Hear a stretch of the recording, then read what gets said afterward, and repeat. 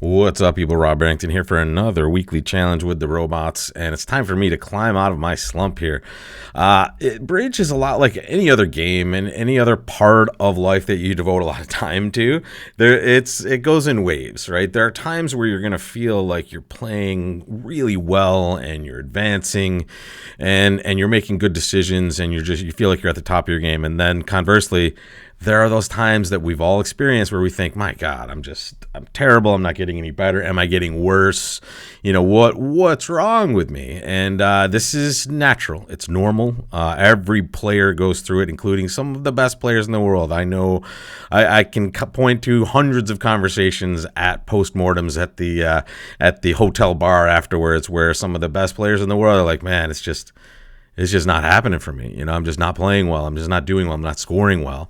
And everybody has these feelings, folks. And that's what makes this a beautiful game, but also a game that, you have to work for. So I have put some work in between last week and this week, and I am ready to right the ship. And I don't think about it this way. Just 'cause I'm here to play cards, right? I'm here to actually, no need to put any extra pressure on yourself like I might be doing right now. But just so you guys understand, this is a game that does not lack emotional barriers. So coming through those and just continuing to play, and it is very, very good advice if you are kind of down and depressed about your game. Take a little time off, right? Whether that's a day, a week, just take some time off and come back to it, and you'll see that, oh, okay, I still like it, right? Or I'm still okay at this game, right? So here we are. I'm back after a few days off, and we have a club of heart, and it's my decision with this hand. This is a classic situation. We have two ways to show spades. One of them is to bid one spade. The other is to double. Both are the exact same thing. They're both going to show 6 or more points and spades. So the reason we have kind of agreements in bridge are these situations, right? We have two ways we can do the same thing. Well, we're going to make one mean something, negative double. The double here is going to be 4 spades exactly. And then the bid of one spade, as you can see, I'll mouse over it, is going to be 5 or more spades. This is a classic negative double situation. So we show exactly 4 spades. It goes 2 diamonds past us. It's interesting. They've bid our best suits. I almost want to defend on this hand. It's an option. This is interesting. We're non-vulnerable. I mean, and if you think about this hand, what would we do? We would probably steer this towards no trump if we could. But we know they don't have a bunch of heart tricks to our right. We know they might be roughing hearts to our left. We have 10-9 fourth of diamonds. Our partner opened the bidding, and we have a 12 count. If I could get to make a penalty double, I'm going to do it. And it looks like I can. Yes, let's go. All right. They're void in diamonds and dummies, so that I hope lefty doesn't have some sort of 8-card diamond suit that they've decided to do this with. I guess we'll find out in a moment.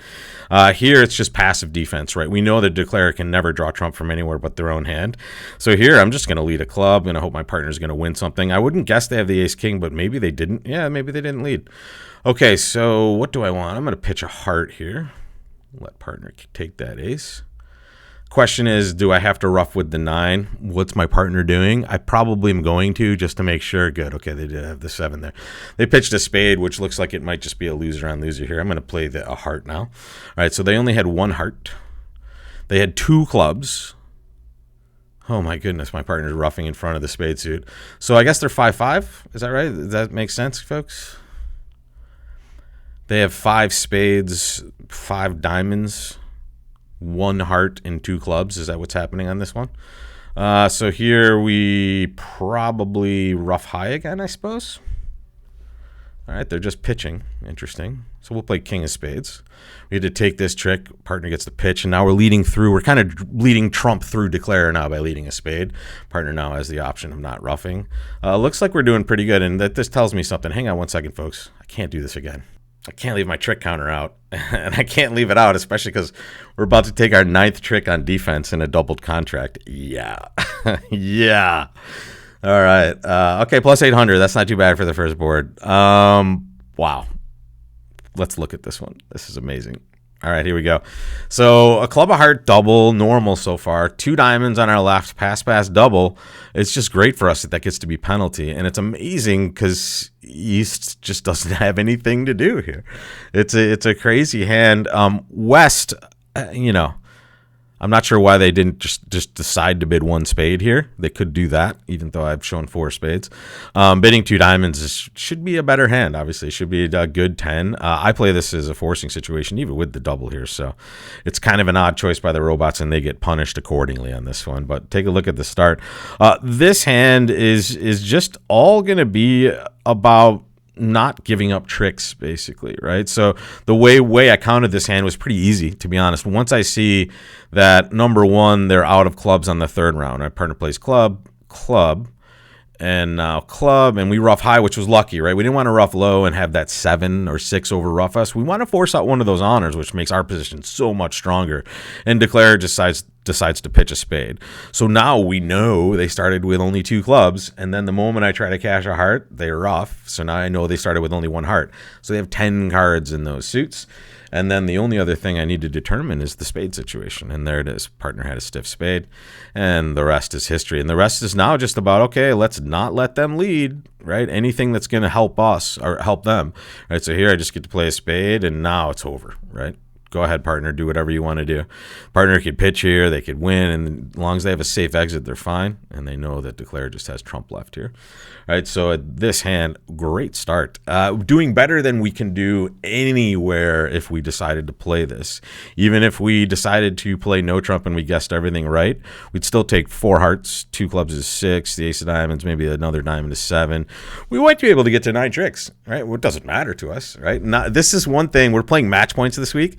We wish we were playing imps, because this is a way bigger swing in imps than it would be in match points. So, I mean, it would just be 800 versus 400, right? So we would be much further ahead, let's put it that way. But whatever, we'll take a win on board 1. We're hoping. I mean, if they duplicate that result, congratulations. But we know we're not losing the first board. All right, 1 no trump for us on this one, normal hand. 2 hearts, 2 spades. All right, this can't be unhappy with this one. Wow, look at partner. They have a 0 count over there. So let me just draw your attention. There's a really good word in bridge for a terrible hand called a Yarborough. This is not a Yarborough because it contains a 10.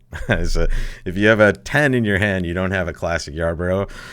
You still have a disgustingly bad hand, though. So we're gonna try to take as many tricks as we can. We're okay losing tricks.